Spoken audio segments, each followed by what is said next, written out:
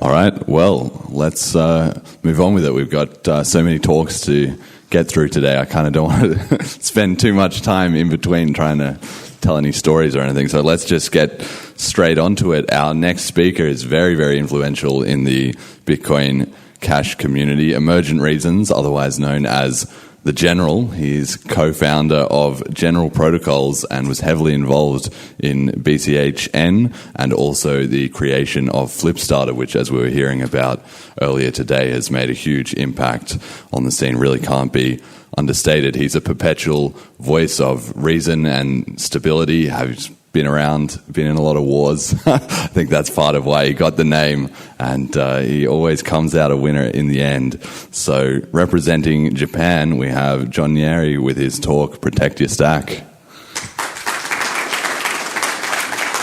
Thank you, Jeremy. Thank you. All right, thanks, Jeremy. I appreciate that. So, yeah, I have a very technical talk for you guys today. But I think there's a little bit in here for anybody who's attending, so I hope you will enjoy it and get a good message out of this. I'm going to do something I probably most people don't like, but I'm going to be giving you some advice that you didn't ask for. But I hope that you guys will listen to it and maybe agree with me, so let's see how it goes. The thing I want you to take away from this, there's a bunch of points here, but they all fit together. So BCH contracts, I'm going to be talking about, protect your stack. This is about programming smart contracts. So the main people to think about here is people who are making smart contracts or apps that use smart contracts. And as you could see yesterday and talking at the session yesterday and then today, there's like an explosion of apps starting to happen. It's just beginning. There's going to be even more going forward. You saw everything that happened in Matthew's presentation. There's this enormous amount of growth. So I'm hoping that this will give a good framing for how to approach those apps. So BCH contracts are very powerful, and we're barely scratching the surface of what you can do with them. And we're going to see more and more powerful ideas, and as Jack showed us, crazy ideas and interesting new things that people haven't seen before. There's a very common software development methodology that is used all over the place. It's move fast and break things. And this works very well in a lot of cases, in a lot of places, a lot of applications. Smart contracts is not the place to do this.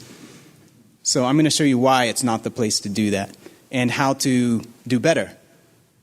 So there's 3 steps that I'm going to teach you from what we have learned, and I'm going to ask you to do even better than this. So the first step is describe contract execution, safety, and I'll show you what safety means, and an input guarantees. I'll explain all that later.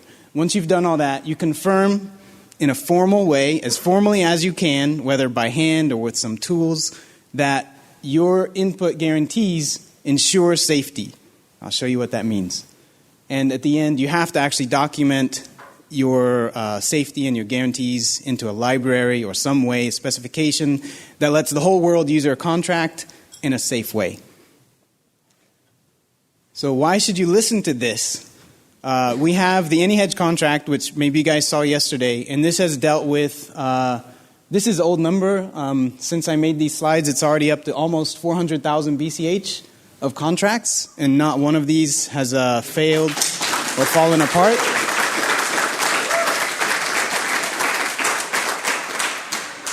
Similar to this conference, which has so far not fallen apart also. Jonathan was responsible for a lot of this.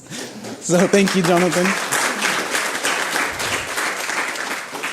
Yes, so we've done a lot of work, and I think we have a little bit of proof of work to show that there's something behind what I'm going to ask you to do. And I'm also sharing here all these things. You can come back to these slides. They'll be shared somewhere, or you can take a picture, whatever. And all of these resources will show you exactly what I'm talking about, because what I'm talking about today goes into quite a bit of depth, and there's no way that we can get into the full depth of it, but I'll show you the kind of the surface level of it, and you can get into more later. There's the app, which of course I hope you will use. There's the contract, which shows you what a CashScript contract looks like. Thank you, Roscoe, Matthew, everyone for working on that. There's the library, which is the part that I said before. You don't want people working with raw contracts. You give them a way to interact with the contract. That's the library. You can see that, how it works. There's the analysis, which is most of what I'm going to cover in this presentation. That's this repository which shows you how to do the analysis that I'm showing. And this Z3 solver where you can read about the tool that I'm using to do it.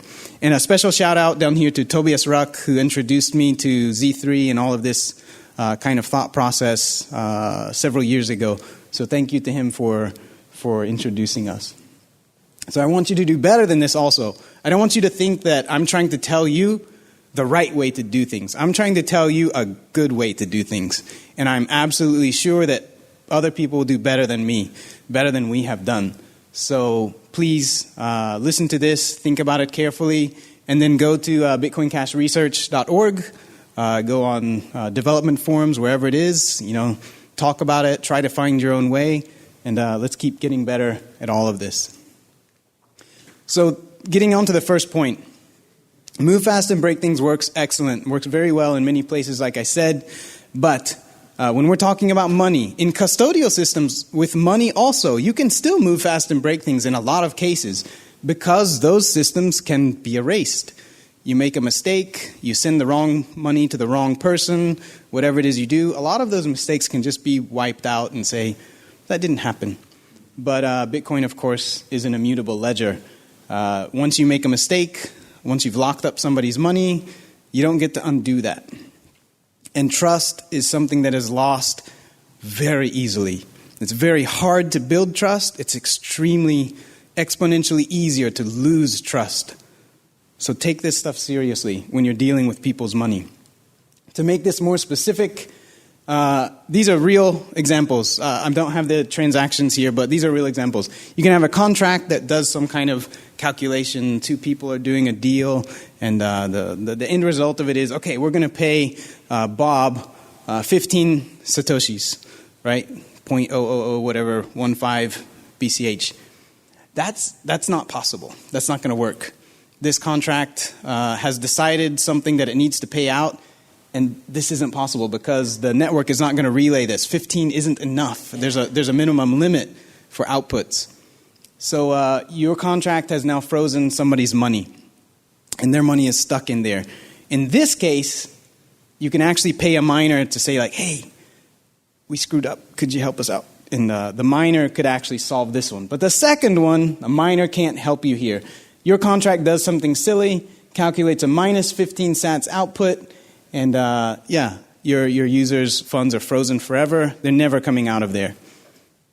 Unless Greg or Luke Jr. or someone gets a hold of your consensus. So be very careful. Don't move fast and break things in this case with smart contracts. What I'm going to show you is the goal in 3 easy steps. We want to describe your contract, what it does, how it works in a formal way.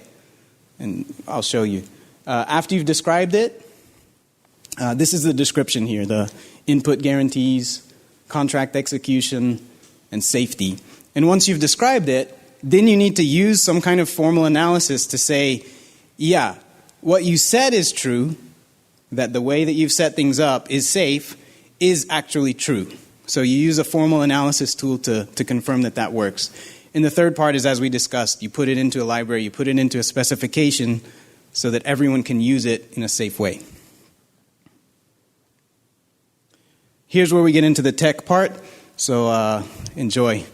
The describe your contract execution. This is the first step. It's the middle step here, but this is the first thing you need to do. You need to describe what your contract does in a formal way.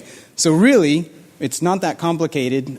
There's a bunch of lines here, but all this is I've taken the CashScript contract and I've converted it into a formal description of what the contract does. So the contract does A plus B. You describe that with a formal system that says, okay, X equals A plus B. That's it. It's not really very complicated.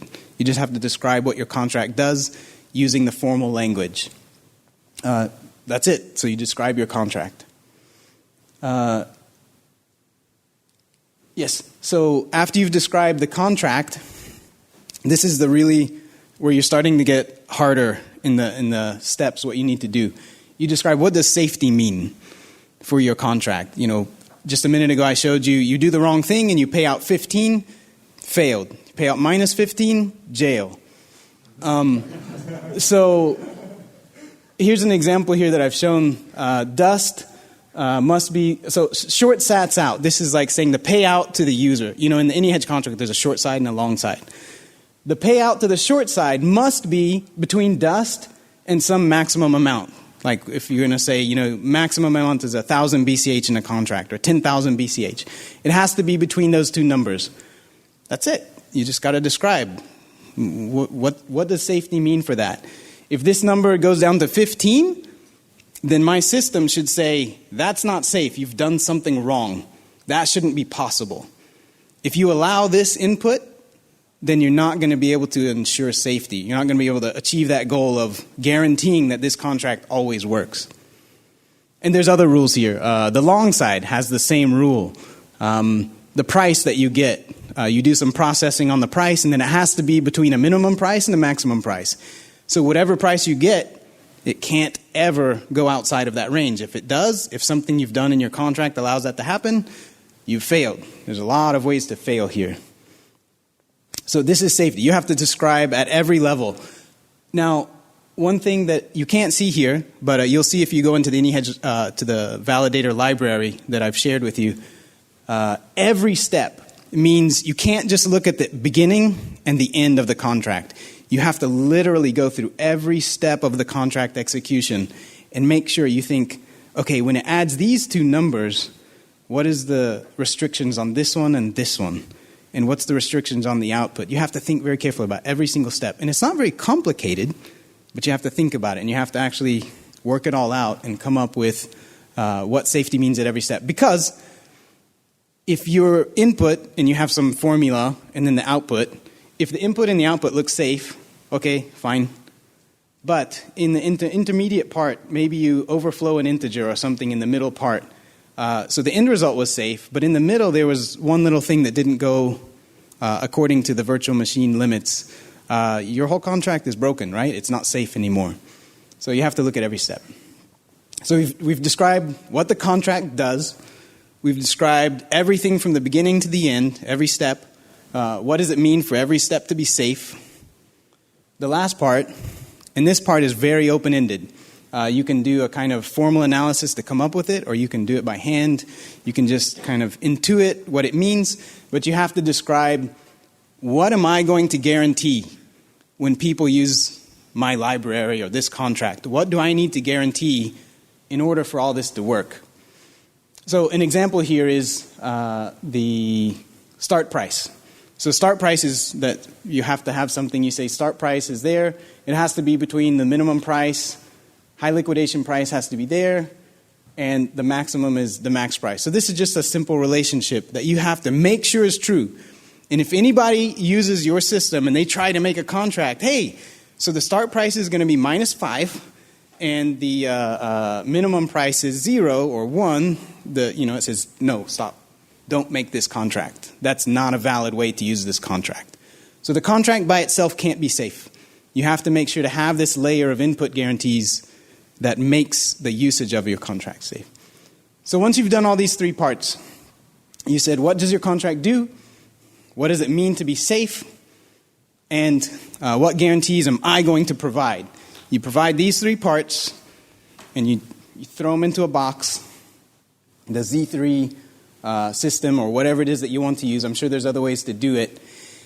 And now it's going to say, okay, this is a simple logic. I'm going to say what the input guarantees are. This is what I guarantee you is going to be true. How the contract works. We say this is true and this is true. This is combination. Therefore, the contract is safe, according to your definition of safe. So you have done a good job on these two. So this is a simple logic assertion. A and B, therefore C. And you tell the formal solver, hey, this is true. And the formal solver says, really? Is it? And then the formal solver is going to do its magic, and it's going to check, and it's going to find exceptions. And you're going to say, shit, I didn't think of that. So it's going to find exceptions, and you're going to have to come back here and say, oh yeah, okay, well this number also has to be greater than that. And then it'll say, oh, good job, yeah, it's safer now, but you forgot about this. And it'll find something else that you didn't think about. It'll find edge cases for you that you would not have thought about. I promise you, it will find you edges that you didn't think about. So it'll find these edges for you, and you keep upgrading your inputs, or maybe you realize, oh, this is a dangerous way to do it. I might need to change the design of the contract or something like that. So you'll go through some iterations with it. And at the end of it, you will have the solver, the formal analysis will tell you, yeah, I couldn't find any way to break it. I couldn't find any single case of all the things that I checked, all the boundaries that I looked at, where it's possible for this contract to not be safe. And that's where you want to get. You want to get to that point. So now you're somewhat confident that that things are going to work well with your contract if you achieve all these things. That's where you want to get. Once you've done that, like I said, it's not very complicated. You take all those input guarantees that you came up with, and you put them into some kind of library or specification, and that's going to package it up, and then you tell your users, if you work with this contract, with this smart contract by yourself, you're on your own. That's on you if you do that. But if you work with it through my specification or my library, then it's going to be safe. And here's why it's going to be safe. And you can show them, right? They can go verify it for themselves that this contract is going to be safe, and they're going to be safe, and their users are going to be safe. Yes, so not that complicated here. That's it. So once you've done all these things, please go back and keep in mind, right? The things that you're building are things that potentially will be used by thousands, millions, eventually billions of people. So please keep that in mind, right? We have to be ambitious and assume that we're going to be successful. So assume that you're going to be successful and do all this very carefully. Work on it very hard and try to make sure that your users will be safe. Move fast and break things everywhere, but on your smart contracts. Don't lose people's money in smart contracts, please. The steps that you need to do is describe your contract execution, what your contract does, describe what safety means, describe what guarantees you're going to provide. Confirm that the input guarantees that you gave to them actually imply safety. Once you've done that, wrap everything up, and you're golden. That's it.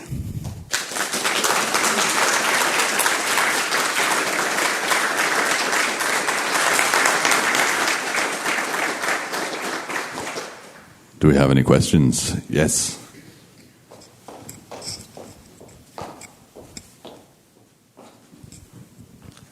The middle step where you define the execution. Yes. Is there anything CashScript could do to make that step easier for people who need to do this analysis and validation? This part, right? Yeah. Maybe. This is the easy part, honestly. Because these formal systems are really just, you just kind of take exactly what you wrote. Like if you look in that repository that I shared for validators, this is the easy part. It just literally says, this is CashScript line 3, where it does this, and then you just put the same thing in the solver. So yeah, maybe if there was some kind of integration, it could probably automatically spit out that kind of language for you, and then say, okay, yeah, you're right. So it could spit that out, and then give you a box which says, so where are your guarantees? What guarantees are you going to put on this? And maybe even the compiler could do a lot of the safety step as well, because it could look at every step. It knows every step, like in opcode terms. These are the things that need to happen. These are the ranges for these values. It could probably spit out both of these for you. Yeah, there we go. Let's offload all of this to Roscoe and Mathieu. We need another flip starter for this. Yeah, good question. It would help. It would be nice. You got another question? Yeah, thank you for the presentation. It was really helpful to see what safety looks like in terms of any hedge. So my question is about with cash tokens. I think we will need to think about safety a lot. But how, for example, if I have a contract which needs to be set up with a minting NFT and it mints some token, a receipt, but I want to make sure only one receipt can be minted. Like, do you think the formal systems can reason about these things in the transaction structure, like that only one NFT can be minted, for example, or is there a different testing structure needed, for example, with mocknet and using a transaction builder? So which kinds of things do you validate through the Z3 solver, and which kind of things do you use like just tests on mocknet for? Yeah, you're going to have to do better than me. So, yes, you could actually absolutely reason about those with this type of system, right? It's just the scope of it is going to grow from what we're doing now, from what I did here with AnyHedge, which is relatively simple and doesn't involve any cash tokens. You have to expand the scope of it and say, just like you said, okay, for these transactions, you have to guarantee that this is on the 0th input and this is on the 3rd output or something like that. And if you're composing 2 contracts and it would tell you both of these have to be on the 0th input, that's impossible. That kind of thing, it will be able to catch that kind of thing. If you describe it in formal terms, it will be able to, yes. Do we have one more? Yep.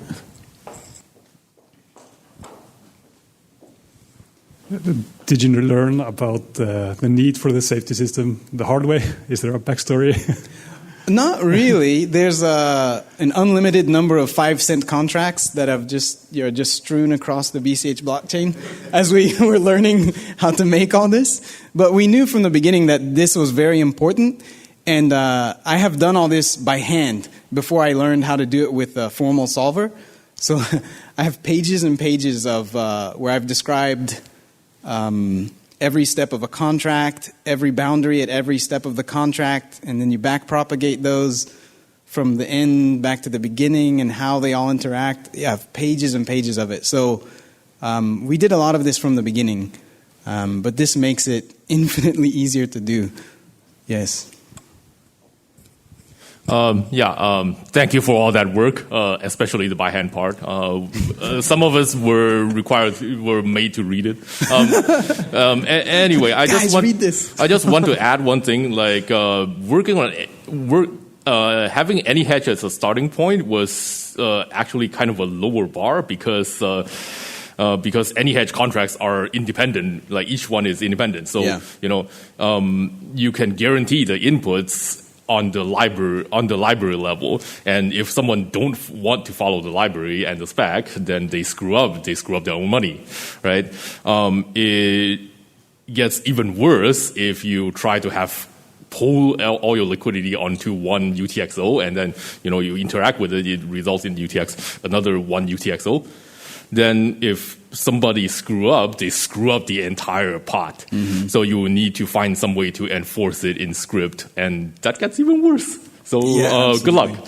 Yeah, absolutely. Yeah, I don't expect this to be any kind of gold standard. This is really just a starting point of. I hope we can take all this seriously and keep developing these formal analysis methods, because a lot of the formal analysis you'll see from other ecosystems.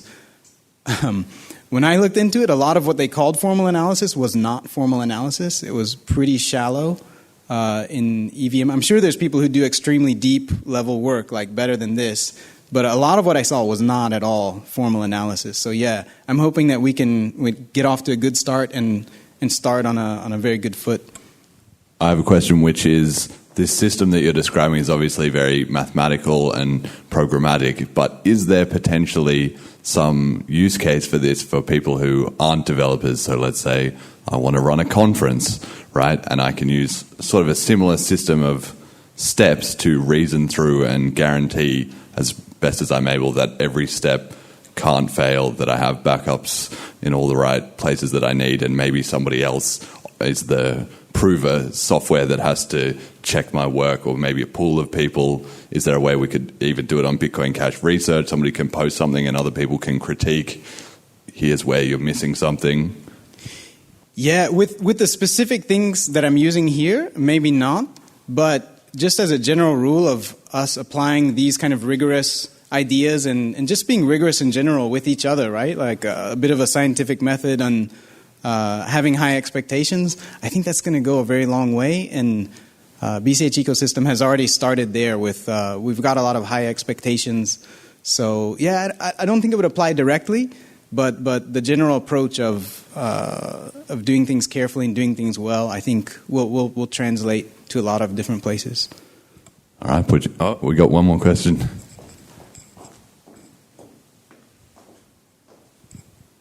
So one thing that really struck out to me was you said it's not enough for the contract itself to be safe. We also have to have the input guarantees.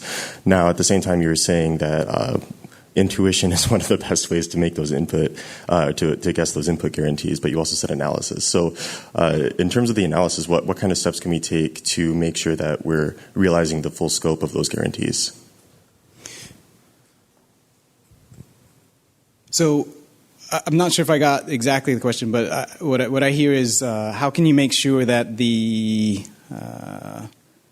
steps that you're doing here are really covering everything that needs to be covered?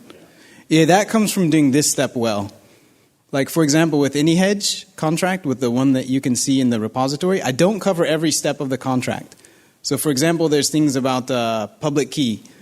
If you let somebody provide you a public key in a contract, as an input, and two people participate, and somebody puts a public key, and they put in some nonsense like ABC, and you don't check that, straight to jail. So there's other things that you have to check also. You have to be able to, you have to kind of understand what level you're going to. If you really are going for complete, full validation, you have to look at every single step of it. But I think the answer to your question is you have to understand how much of your contract are you really going to describe? Because once you've done that, this kind of writes itself. Because then you've got all these things that are happening, and you have to think about every single step. You know, here's a public key that comes in. Okay, what do you mean by public key? What does that have to look like? It has to be how many bytes? Are there any restrictions on it? I'm not sure if I answered. Did that cover a little bit? I think you have to do this very carefully, and then these kind of lead from doing that well. All right, this is actually the very last question I've had. Sorry, we just don't have all the time in the world. Thank you. I've got a question, and I'm an end user that I tend to use the HODL contract within the Electron Cash wallet. Mm-hmm. So I've got a question as to how do we ensure long-term supportability from, shall we say, the wallet side as well, because we know that the contract will do its thing till the end, but how do we ensure that the supportability from the wallet side and also probably supportability from the plugins as well? If we're, for example, if I was to say set a 10-year contract, that's quite a long period of time. So I'm just wondering, how do we ensure that that's supported through that whole time? Right. Yeah, that's a good question. The kind of cheap answer to that is look for an organization or team that is making a profit or somehow sustainable, because there's going to be a much higher chance of them moving on into the future and keep doing their thing. So that's a kind of a cheap answer to it. But a detailed answer is you would have to ask someone who knows a little bit of the technical details. In these input guarantees, for example, if you require an oracle or something like that, and you're doing a 10-year contract, you better be very sure that those people are going to be operating that oracle in 10 years' time. But if it doesn't require that, if there's no kind of external requirements, and it's just the blockchain and the VM, you're going to be all right. Yeah. All right. Put your hands together for Emergent Reasons.